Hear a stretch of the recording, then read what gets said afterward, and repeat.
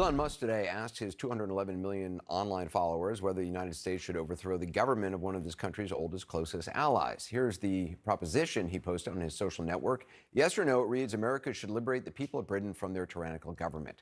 For days now, he's been drudging up a decade-old scandal over years of child sex abuse by gangs of men in a town in the north of England. In a 2014 report, it was found that about 1,400 kids had been abused by gangs of men in the northern English town of Rotherham, beginning in 1997, lasting more than a decade. Today, Keir Starmer, the British Prime Minister, responded by suggesting that Musk was, quote, spreading lies and misinformation.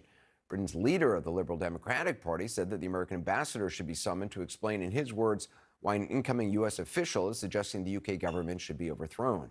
Joining me now is CNN contributor Carol Swisher, who's covered and interviewed Musk for years, also hosts the podcast OANN and Pivot, and author, most recently, of the great book, Burn Book, A Tech Love Story. What is Elon Musk doing here? I guess he's being Patrick Henry of Britain. I don't know. I'm not sure what's happening.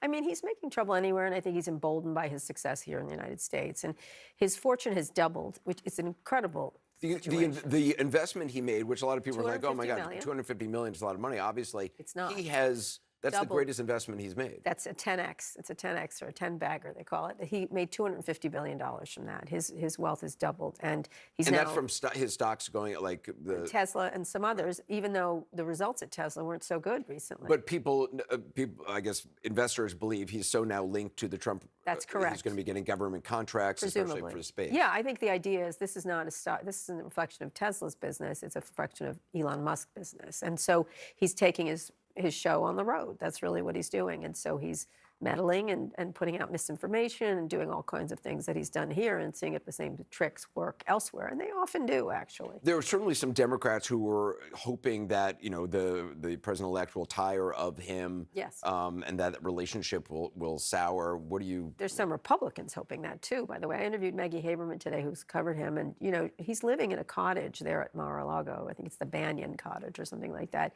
And I think a lot of people feel it might change once Trump gets to the White House. When it's harder to get in, question whether he has an office in the West Wing, whether he has it in the executive office building, whether he gets these famous passes, I think the green or the blue pass that you get on the campus pretty easily, the White House campus. And so the question of how does he thrive within a White House Trump administration? And I do know I've been called by a lot of Trump officials who they essentially say, well, you were right about Musk. And I'm like, uh-huh. And they're like, what do we do? And I'm say, good luck. Good luck controlling him. There's got to be a lot of, I don't know what the emotions of the other tech billionaires must be. I mean, yeah. Jeff Bezos, you know. Well, you've seen what they're doing. They've all obviously gone down to Mar-a-Lago. Yeah, I call it feats of servitude. Like they've got not just going to Mar-a-Lago, but, you know, Amazon just decided to do a very positive Melania Trump documentary. Today, Brett Ratner is involved. Yeah, which is an interesting choice.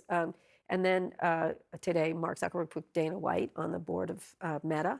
Now, he's an MMA fan, so that may be that, but he's a very close Trump supporter. You know, I think they're all doing various and sundry things they can do to kiss up to Trump. I mean, Jeff Bezos, you know, space, Blue Origin, his space company, is something he cares a lot about. Very much. That was his post-Amazon plan to really, I know he's doing a lot at Amazon now on AI. Yeah. But obviously with Elon Musk, I mean, they are competitors in this. Absolutely. And so that's got to be a big blow to that business. Well, he wants to be part of that. You know, people don't realize this. When Jeff, I think he was the valedictorian of his high school, his speech was on space. He loves space. Yeah. And so he wants to be doing this, and Elon is directly in his way and will advantage. Anything Elon wants to do, he will probably be first in line. And so a lot of these other moguls are like, how do I get a piece? You know, how do I get a piece of this? How do I get that? And TikTok, what's going to happen to TikTok and things like that. And so Trump will have a lot of sway over that. And therefore, they all want to get in there. And in order to do that, you have to pay essentially a vig. You said something worse to the effect like Musk's toxic noise is the point. With Musk, yes. Toxic noise is the point. Yes, it is. Yes, it is. That's his brand now? No, it's just he creates all kinds of, you know, it's sort of the flood the zone thing that Steve Bannon kind of perfected. You flood the zone with misinformation, and there's a little bit of real information in there, or discontent. People in Britain are worried about this topic. And then you make it a mess. And then you say something so outrageous that people then respond. And then they're on your agenda and not vice versa. So today, all the European leaders obviously coordinating. It felt like a coordinated effort. We're trying to push back on him, but now he's the story. which is how Elon Musk likes it. He's an attention sponge. Is there a business reason to get involved in British politics or politics in Europe? It's about control. Yeah, if he can have control, get rid of regulation, I think that's part of the thing. And I think he just likes it now. This is what amuses him. He's obviously not paying attention to Tesla. Well, They have better models. Is he right running? now. I mean, how can he be running all these companies? He's not. He's not. No, there's a very good executive at SpaceX.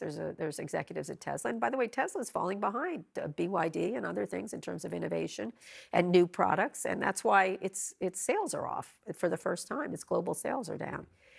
So he's not paying attention to the other companies. AI is a big interest of his, obviously, and he's doing that by suing OpenAI. And Right. I mean, is he trying to destroy OpenAI? Yes, because he created it, and they moved on without him, and he will not. That will not.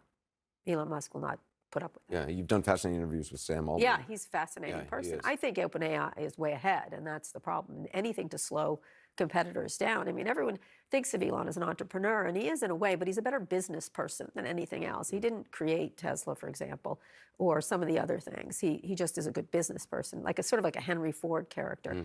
And I think what's interesting about it is he uses lawsuits, he uses noise, he uses attacks, personal attacks. He uses his now Twitter, he uses that, or X, whatever you want to call it. He uses all his tools to do these things. And they're often the same. They're all to create noise and attention on him because really the stock reflects Elon Musk all the time. He's got a lot of levers to pull now more than he does ever. now, Yeah, absolutely. Swisher, thank you so much. Appreciate it. Always great to talk to you. Up next, Justin Trudeau's departures can